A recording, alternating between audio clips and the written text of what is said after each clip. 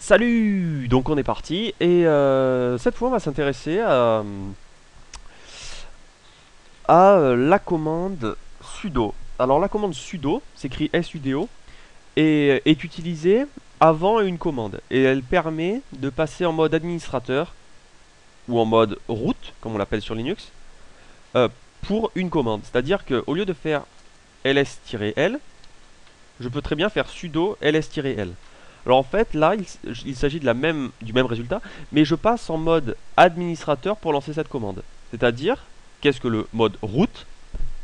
Donc maintenant, je vais utiliser le mot root, et sachez que c'est l'équivalent d'administrateur. Ok. Ok. Donc pour passer en mode root, suffit de taper la commande sudo avant le nom d'une commande. Ensuite, à quoi sert le mode root? En fait, le mode root vous donne le contrôle total, je dis bien total, de votre système. C'est-à-dire que vous pouvez supprimer tous les fichiers ou modifier tous les fichiers du système. C'est-à-dire que quand vous êtes en mode root, soyez toujours très prudent. Si un jour vous devez taper une commande sudo rm-fr étoile, faites bien attention d'être sûr de ce que vous faites. Parce que si vous êtes à la racine, il va tout supprimer, sans poser de questions. Et votre système sera foutu. Ok?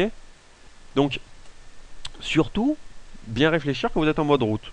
Parce que vous pouvez vraiment tout faire. Ok, jusqu'à détruire votre propre machine, tout votre répertoire personnel, etc. Et tout ça de manière quasi instantanée. Donc, toujours prendre des gants, ne pas hésiter à relire votre ligne plusieurs fois. Donc sudo, très dangereux.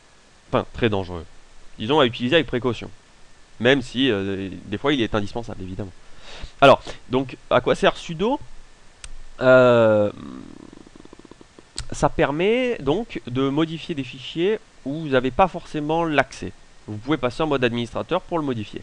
Ici, on va s'intéresser à la commande sudo en relation avec une nouvelle commande qu'on appellera shaun.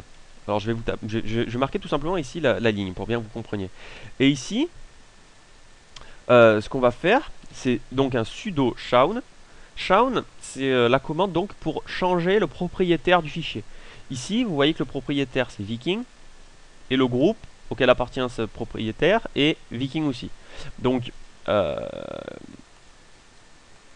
ici, on va s'intéresser à modifier ça en root, 2 points et root. En fait, le 2 points sépare le groupe, oui, sépare, si vous voulez, le propriétaire du groupe auquel il appartient. Ici, il s'agira de root qui appartient au groupe root. Ok, et donc, je vais modifier le fichier test. Valide, parfait.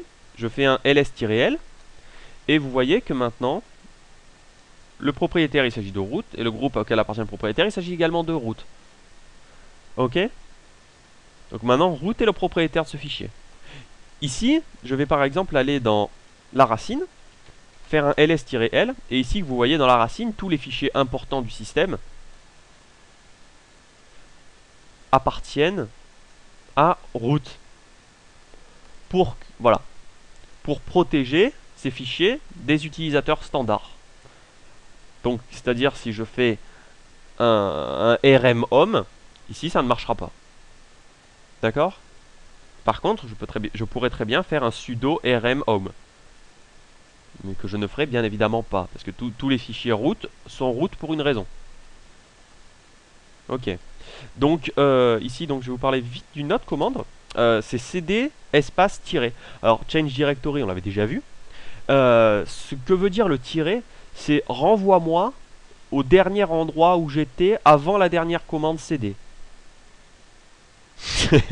D'accord? C'est-à-dire ici, la dernière commande cd que j'ai lancée, c'était cd/. Et si vous voulez, il a mis en mémoire le dossier d'avant. Juste avant cette commande, il a mis celui d'avant en mémoire. Et celui d'avant, c'était /home /viking /linux, je crois. Bon, et donc il s'agit tout simplement de retourner à l'endroit où j'étais avant la dernière commande cd.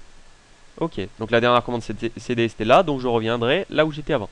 Je valide, et vous voyez qu'il me donne directement pwd, je peux le retaper si je veux, voilà, mais il m'affiche directement le résultat, et il me remet dans /home /viking /linux. Ok, donc on va lister à nouveau, et ici vous voyez que donc maintenant, l'utilisateur a été changé. Alors vous pouvez utiliser n'importe quel utilisateurs. Si vous avez plusieurs utilisateurs sur votre machine, vous pouvez passer de l'un à l'autre. Vous pouvez changer, voilà, donc vous pouvez changer que le groupe ou ce genre de choses. Donc pour partir, puisqu'on est resté sur sudo, on va faire un petit tour dans le man, voir s'il y a quelque chose dont je peux vous parler.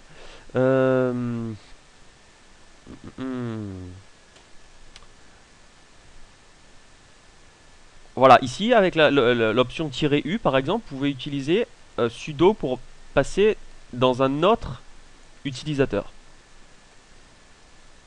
Ouais. C'est-à-dire, voilà, si vous avez plusieurs utilisateurs sur la machine, avec l'option "-u", vous pouvez utiliser ça. Si vous avez l'option "-i", qui vous donne directement, si vous voulez, l'accès route, c'est-à-dire,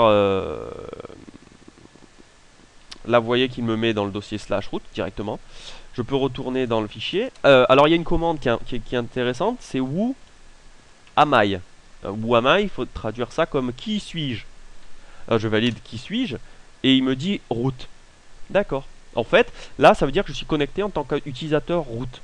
Si je tape who am I, tout à fait, si c'était juste, je suis route. Ok, parfait. Donc là je vais taper exit pour quitter le mode route et je vais taper who am I ici. Et vous voyez qu'ici je suis viking.